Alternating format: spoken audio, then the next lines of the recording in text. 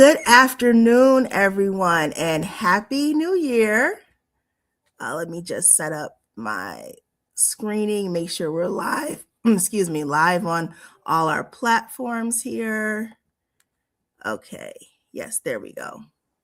Okay, perfect. So, good afternoon, everyone. Happy New Year. Welcome to our LinkedIn Live for today, our lunchtime edition. Our lunchtime edition LinkedIn Live gives us an opportunity to cover hot topics, informative topics at convenient times of the day at the lunchtime hour. So, we do these live, and we also do them recording, so we have them available for replay.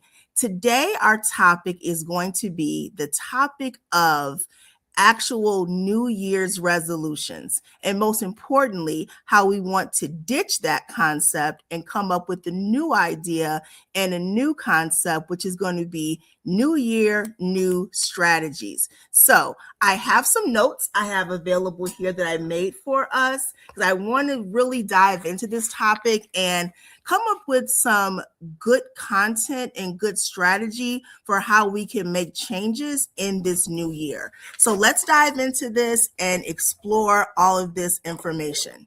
All right, so first of all, let's talk about the concept of New Year's resolutions, right?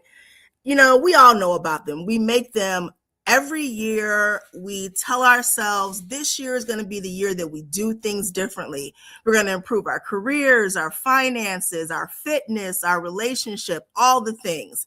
And I'm here to tell you, I am on the same bandwagon. I'm not exempt, but we have good intentions and we have good motivation when we set these things. In fact, motivation is high, really high when we set our New Year's resolutions.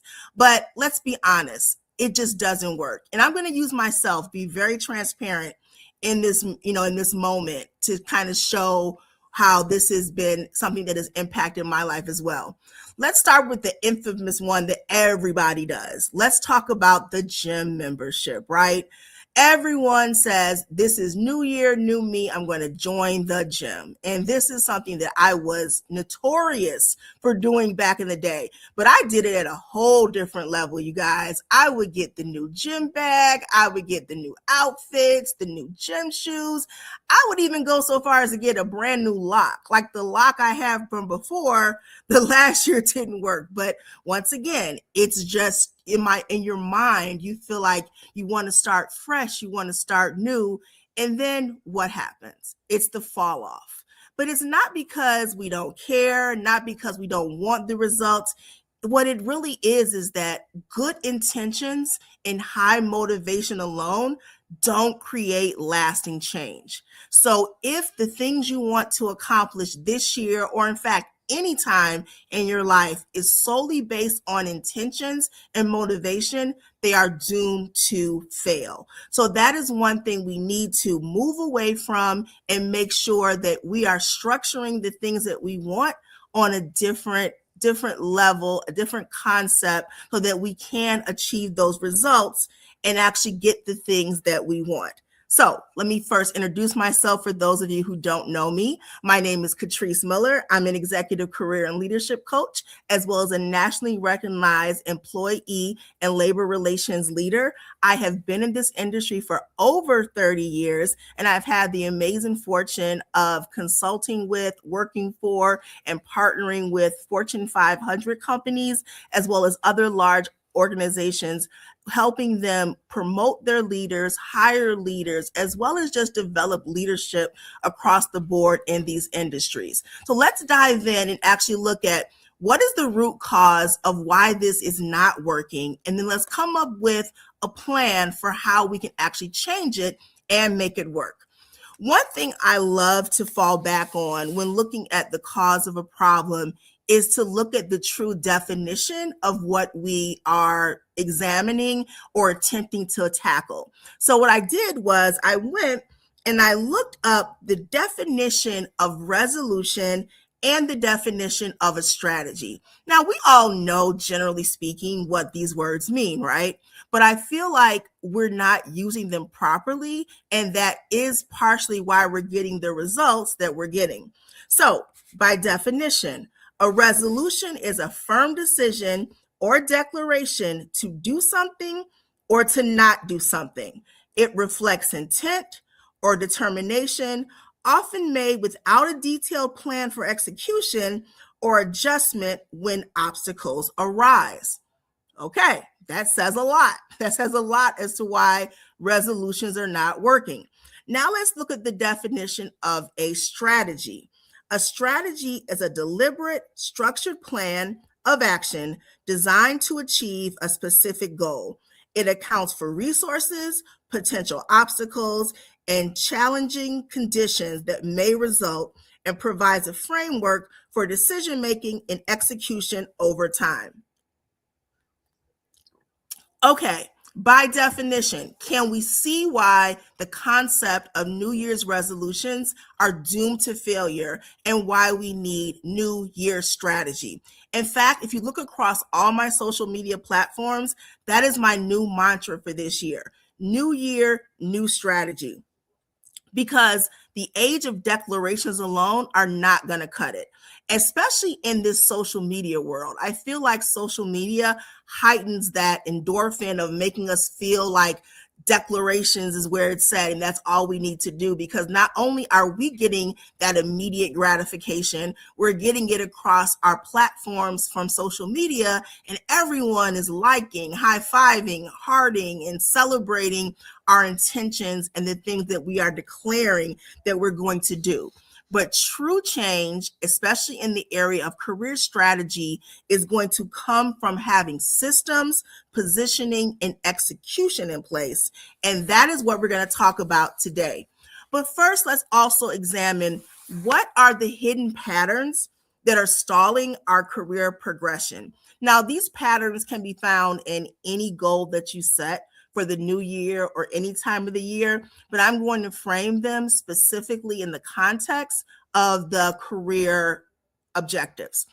Number one, it's the all or nothing professional.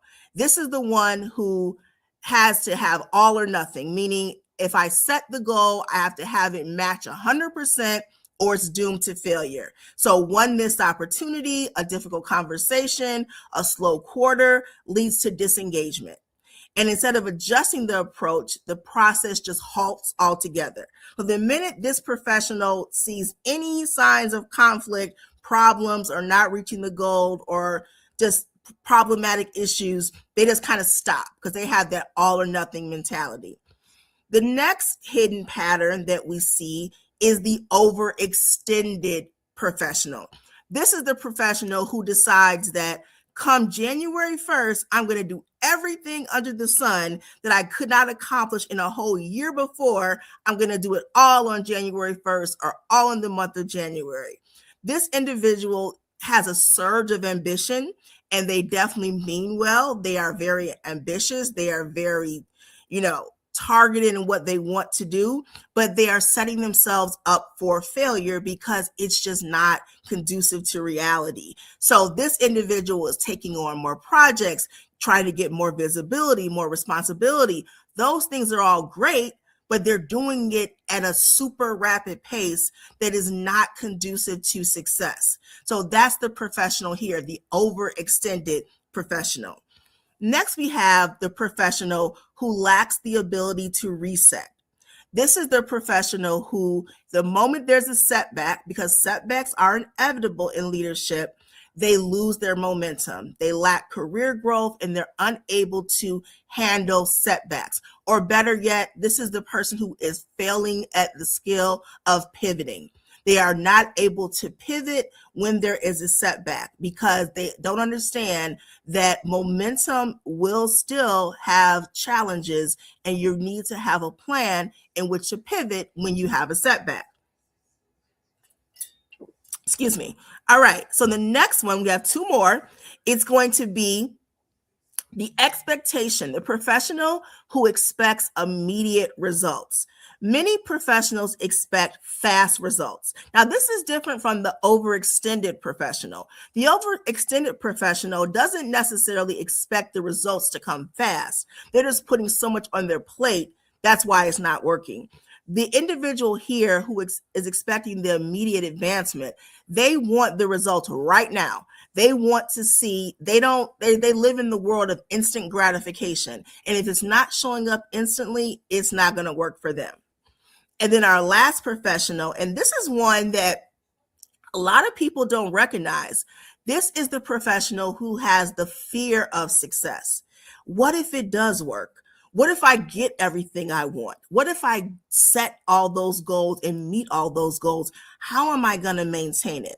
This professional is worried about the process of maintaining what they're asking for. So these are the hidden patterns that stall our career progress and that always creep into the new year when we're setting our new career goals. So now, what can we do to overcome all these hidden patterns, all these setbacks, all these ways that we're not achieving our goals in the new year? And what I've come up with, it is so simple. It's really just brilliant, but so simple. I came up with this strategy that I call the GSA strategy. G stands for gaps, S stands for strategy, and A stands for acceleration. What does that mean? Let's dive into that and actually talk about that and go through the steps and one by one to identify the definitions. First of all, step one, identify the gaps. Two parts within this first step. First, you need to decide, where do you want to go this year? What do you want to become? Who do you want to become? Where do you want to be? Now, I think that we all do that on some level, but it's the second part that we just gloss over. We go immediately from the identifying that information to let's build a plan. But before you gloss over that, once you identify where you want to go, who you want to be, all that good stuff, you need to take a real transparent look at yourself, your life, your situation, and ask yourself, what is really stopping me from getting there right now? I'll pause there for a moment. That's huge because so many of us are not having brand new ideas and brand new revelations or ideas of goals that we want to start on January 1st. Many of these things have been things that we wanted to implement the previous year, maybe the year before the last year, right? So if that is the case, once we identify what we want to be, who we want to be, what we want to accomplish, we have to have a real conversation with ourselves and ask ourselves, what is stopping us from getting there? It may be something internal. It may be external. It may be people. It may be people in your own family that are causing some conflicts in your road to reaching your goals. It's so many different things, but you have to have a real conversation to figure out what that is. And then one thing I learned from the fabulous book, The Secret, I actually watched the movie last night. Shout out to Donnie Wiggins for setting that up. The amazing, amazing favorite business coach out of Atlanta. One of the things you need to do that we learned from The Secret is you need to act in spite of everything. What that means is that for all the excuses, all the reasons, all the good, valid explanations as to why you can't push forward, you have to adopt the mindset that I am going to act in spite of anything that comes in my way. Now, you may have to adjust how you act. Maybe you don't act with the same momentum, with the same force, but the key is we're not going to stop this year. Our foot is on the gas for the entire year. We may need to come off a little bit at times, accelerate more at other times, but we're not taking our foot off the gas and we're not pulling over to the side of the road, parking and giving up this year. Okay, so once we identify the gaps, what's the next thing we're going to do? Excuse me. We are next going to build the strategy. We are going to build the strategy that we need, excuse me, to actually sustain the advancement that we want. So let's go back to my gym membership example. So I had all the pretty things, right? I had the gym bag, I had the water bottle, the lock, the membership, the shoes. But where was the strategy? The strategy is not pretty. It's not fun. It's not exciting. Nobody enjoys that. It's not glamorous, but the strategy is the heart of how you get what you want. So looking at that example, what I should have done all those times was, okay, how many days of the week am I going to go to the gym? Why am I picking those days? What's going on in my work life, in my personal life that's going to allow me to go those days? What am I going to do when I fall off? What am I going to do the first time I set these days and then I can't make it? What's my implementation plan to get back up, to pivot and jump right back into the game? These are all the things you have to think about along with the initial intentions that you want to achieve. You identify those gaps, decide what you want, then you come up with the strategy, but you come up with the strategy that is full of pivots, problems, all the things that could go wrong. You throw them on that strategy, understanding that everything that can go wrong likely may go wrong. So part of your strategy needs to be the ability to pivot and be able to keep moving forward when those things occur. So we have the G, identify the gaps. We have the S, build the strategy. Now we have the A, accelerate the results through implementation.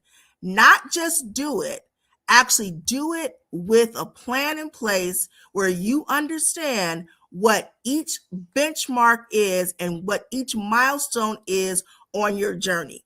We are done just wandering through our days, wandering through our months without having actual implementation, acceleration in place, and actually having a plan for how we're going to accelerate. So step number 3 is actually just doing it. And I know that may sound so basic, like just do it. How is that hard? You would be surprised how many people do all the setup, even get the strategy, but don't implement everything that they've created. So that's our goal here. GSA, identify the gaps, build the strategy, and accelerate the results. I'm going to tell you my new personal goal, and I'm saying this on this live to hold myself accountable so you guys can also hold me accountable. It's not the gym membership this time. I've been going to the gym, so I got the gym down pat. My new one is going to be actually recording and showing up more live on my YouTube channel and my social media platforms. So what have I done to actually start that?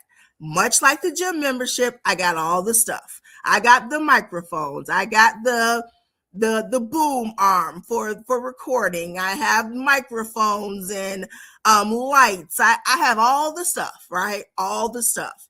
Now, what am I going to do with it?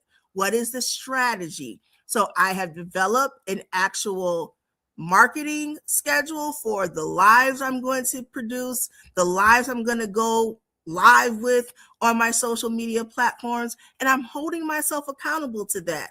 I really want that to happen because it's not just about building business, it's about implementing change and delivering a message to people that really can resonate with them and help them change their careers. So I'm putting mine out there, y'all. I'm telling you what I'm going to be doing. So if you look up and you don't see any lives from me or you don't see any YouTube posts from me, you guys hold me accountable and take me to task for that because I said it here. Sorry, guys, I'm battling a bit of the allergy thing, so my throat is really dry. I'm losing my voice too, so that's why I keep drinking water. My apologies for the interruptions there. Okay, so the question now is, what are you going to do? Not just what is your New Year strategy. We're done with that. I'm sorry, not your New Year resolution. We're done with the resolutions. Our question is, what is your New Year strategy going to be? And remember, guys, it does not have to be perfect. Everything you do does not have to be perfect. If you are waiting for perfection, you will never advance. It's okay if you record the live video and the sound isn't perfect. Or like me, I have to, drink water because my throat is dry. I'm not going to ditch this whole live just because that happened. Because the idea is that you need to get away from the idea of perfection and instead focus on purpose. making sure you're getting the message out there, getting the things done that you want to do. And in this new year, as you seek career opportunities, this is the year where you have got to go bigger, badder, and better than before. I don't care if you're an entrepreneur or if you're a traditional career professional. Gone are the days where you can show up and do what I call the basic work. You need to ask yourself, in whatever you're doing, how can I show up better? How can I show up better than my competition? How can I outshine anyone who I'm up against? How can I be the one that is really showing my brilliance and that is making my mark to the point where I'm rememberable and people want to work with me? They want to hire me. I'm conveying my brand story clearly. Also, that's another great segue. Your brand story. So many of you, and myself included in the past, do not have a strong personal brand identity. What is a personal brand identity? So many of us, when we ask, who are you? What do you do? You immediately rattle off, I am Catrice and I work at Microsoft. Now, that's not incorrect, but does that really show your brand identity? That does not show who you are, what you do, what value you bring. So I created a challenge that we're running right now through the month of January. It's already started, but it's not too late. It is called the Own Your Brand Challenge. Each week, we are focusing on ways that we can tap into our personal branding message to help you guys stand out above the crowd in this very crowded, competitive job market. Here are steps for each week of the month. Okay, so for week 1, we are defining your personal brand identity and your personal brand statement. We're in week 1 right now. So if you go back through my previous posts, you will see flyers and you'll see posts for information for week number 1. So week number 1, we are establishing your personal brand identity. And I even provided for you guys an actual prompt that you can fill in. Now, make no mistake. The purpose of the prompt is not about memorization. We are not looking to memorize our brand identity. Instead, the prompt is there to give you some guidance in creating your brand identity. It is by far no means the absolute 100% way it has to be done. Excuse me, you can tailor it to your own situation, but the prompt accomplishes a few things. Number 1, it first identifies who you are, but not by job title. So many of us say, I am then fill in the blank with the title that's prescribed by their company. So you're going to identify who you are based upon the career or the brand name career that you have. So for example, if you're a lawyer if you work at a law firm, you're a lawyer if you work at corporate, you're a lawyer if you're sitting at home on the couch in between jobs. So we want to start with that first statement, I am, and then fill in the blank. And then we move forward with the additional prompts. I won't go through all of them. Just go back on my, social media posts and you'll see them. But the first week is dedicated to defining your personal brand identity and your statement. Week number 2, next week, we're going to focus and shift to leveraging your expertise beyond your current role. So many of us are just going to work, doing our 9-to-5 jobs and thinking that the work that we do between 9 and 5 is enough to define our personal brand, give us job security, and make us known within our industries. And that is 100% absolutely false. So week number 2, next week, we're focusing on how you can step outside of your current role and leverage your expertise besides your 9-to-5 job. Make no mistakes. I'm not encouraging you to quit your 9-to-5 job. I clearly have not quit my 9-to-5 job. I love my job, but this is instead what I'm encouraging here is making sure that you are leveraging your expertise to showcase yourself outside of that job so that you can become a subject matter expert in your designated industry. So next week, we'll talk about how we can actually do that and implement that plan. Week number 3 is going to be focusing on increasing visibility through thought leadership. We're going to focus on how you can increase your brand by getting your name out there. And a lot of this in week 3 is going to be focusing on online presence. So look forward to that.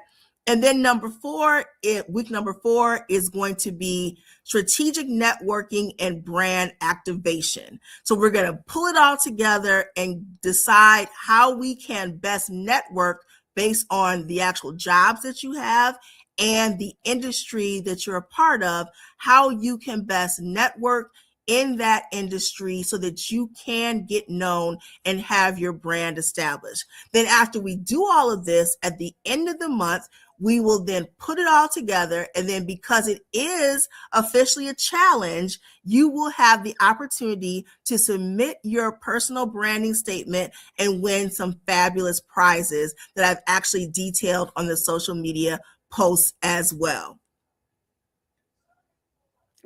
All right, guys, one more thing I have for you before we go, because I always keep you no more than 30 minutes in honor of your lunch hour and your lunchtime.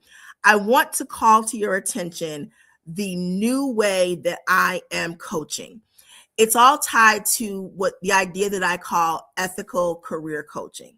Now, this is by no means meant to say that other coaches are not ethical. I don't do that shady stuff. I don't like to, talk down against my competitors, my colleagues, or whatever you want to call them.